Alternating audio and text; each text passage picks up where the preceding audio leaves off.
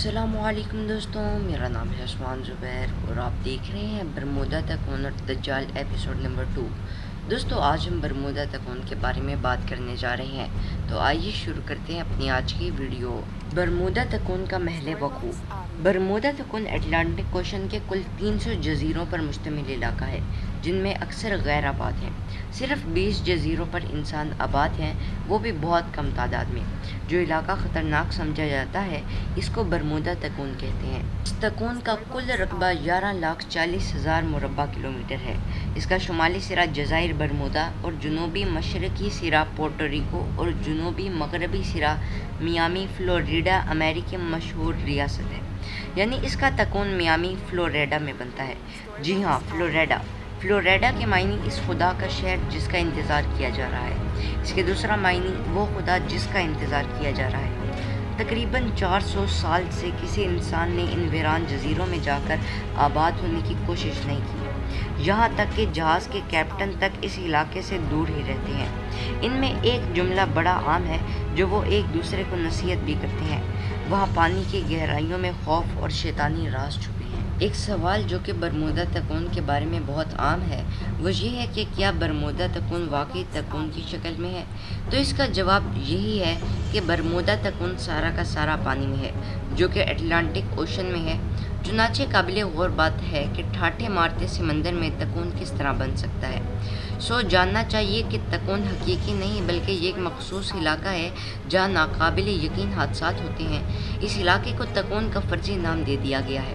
اس نام کے بارے میں مشہور یہ ہے کہ پہلی بار اس علاقے کے لیے برمودا تکون کا نام 1945 میں ایک پریس کانفرنس کے دوران اس وقت استعمال کیا گیا جب اس علاقے میں کچھ طیارے غائب ہو گئے۔ یہ بات قابل توجہ ہے کہ اس کو تکون کا نام ہی کیوں دیا گیا۔ اس حادثے سے پہلے بھی یہاں بہت سے حادثات رونما ہو چکے تھے، لیکن اس وقت اس علاقے کو برمودا تکون کے بجائے شیطان کے جزیرے کہا جاتا تھا۔ دوستو، کولمبس جب اس علاقے سے گزرا تو اس نے بھی یہاں کچھ عجیب و غریب مشاہدات کیے، مثلاً آگ کے لوگوں کا سمندر کے اندر داخل ہونا، اس علاقے میں پہنچ کر کمپس میں بغیر کسی ظاہری سبب کے خرابی پیدا ہو جانا وغیرہ۔ کولمبس کے امریکی سفر کو اب 5 صدیاں گزر چکی ہیں، لیکن یہ سوال آج بھی اسی طرح برقرار ہے کہ اس علاقے میں پانی کی گہرائیوں میں، پانی کے اوپر اور اس کی فضاؤں میں ایسی کیا چیز ہے، کون سی پراسرار طاقت ہے جس کی تشریح عقل انسانی کے اس جدید دور میں ابھی تک نہیں کر سکی۔ 1854 سے پہلے عرب لوگ اس علاقے سے گزرتے تھے، لیکن ان کے جہازوں کو کبھی کوئی حادثہ یا کوئی غیر معمولی بات یہاں دیکھنے میں نہیں آئی۔ البتہ تاریخ میں بعض واقعات 1854 سے پہلے کے بھی ملتے ہیں۔ جہازوں کا قبرستان برمودا تکون۔ 1813 میں امریکا کے تیسرے نائب صدر ایرن بور کی بیٹی تھیوڈوسیا، جو کہ جنوبی کیرولینیا کے گورنر جوزف السٹون کی بیوی تھی، اپنے وقت کی ذہین ترین اور خوبصورت ترین لڑکی سمجھی جاتی تھی، جو کہ برمودا تکون میں غائب ہو گئی۔ تھیوڈوسیا اپنے والد سے ملاقات کے لیے اس وقت کی مشہور کشتی پیٹریاٹ پر سوار ہو کر نیو یارک جا رہی تھی۔ پیٹریاٹ کا کپتان اس وقت کے ماہر امریکی کپتانوں میں شمار ہوتا تھا۔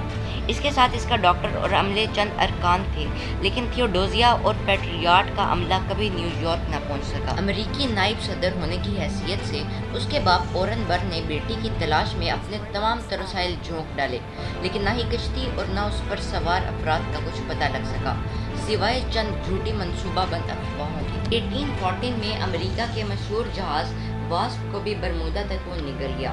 اس کا کپتان کوئی معمولی کپتان نہیں تھا، بلکہ امریکی عوام و خواص کا ہیرو، برطانوی بحری بیڑے کے مضبوط ترین جہاز رینڈیر کو صرف 27 منٹ میں شکست دینے والا جونسٹن بلیکیلے تھا۔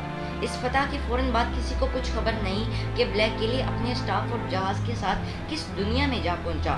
نہ امریکی حکومت اور نہ ہی امریکی بحریہ، جو کہ اس علاقے کے چپے چپے کے پانی کی گہرائیوں تک اس کو اس طرح پہچانتی تھی جیسے اپنے گھر کے گلی کوچوں کو لوگ پہچانتے ہیں، لیکن انتہائی تلاش کے بعد کوئی ہلکا سا نشان بھی ان کا نہ پا سکی۔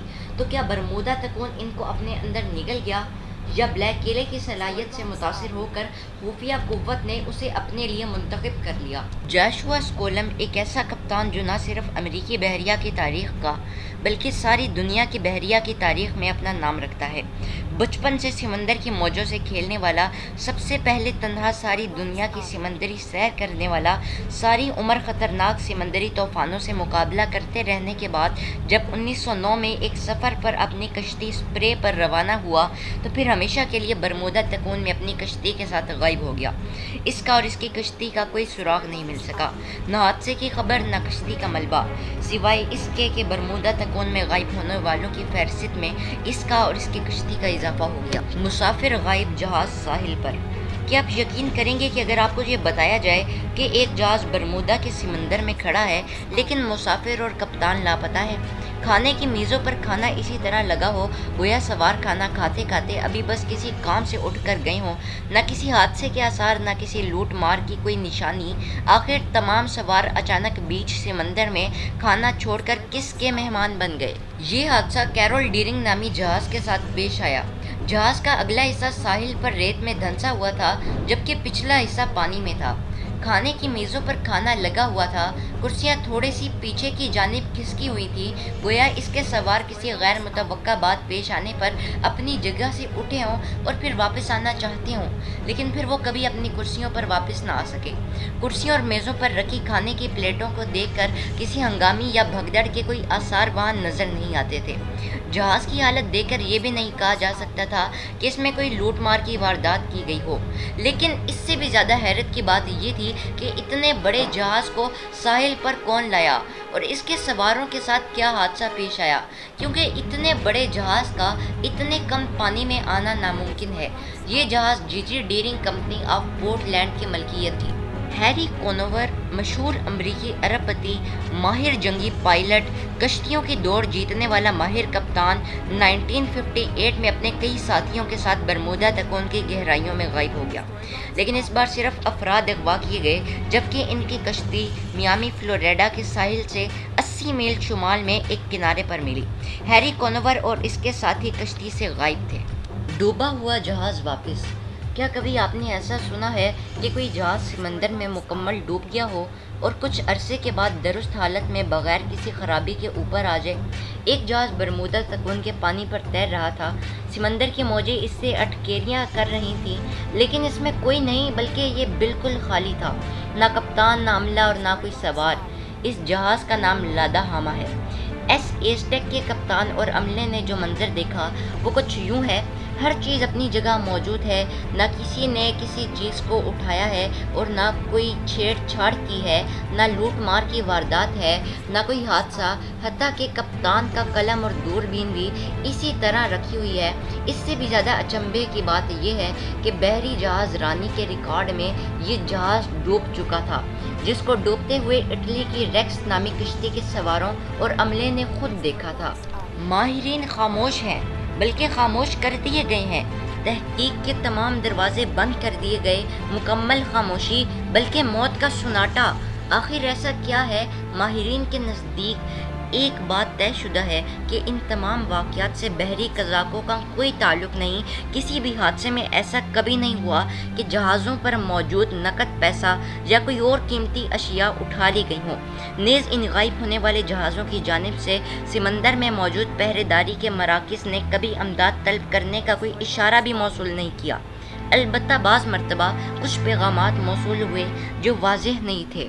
حاصل شدہ اس غیر واضح پیغامات سے تحقیق کار اس نتیجے پر پہنچے ہیں کہ تمام حادثات بہت تیزی کے ساتھ رونما ہوئے اور جہاز کے کپتان اور عملے پر اچانک کوئی خوف طاری ہوا۔ 1924 میں جاپانی مال بردار جہاز ریووکو مارو نے غائب ہونے سے پہلے ساحل پر پہرے داری کے مرکز کو یہ پیغام بھیجا تھا: ہمارے اوپر خوف طاری ہو رہا ہے، خطرہ خطرہ خطرہ، فوراً ہماری مدد کرو۔ البتہ 1967 میں تفریحی کشتی ییچ سے جو پیغام آخری وقت میں موصول ہوا وہ کچھ واضح تھا۔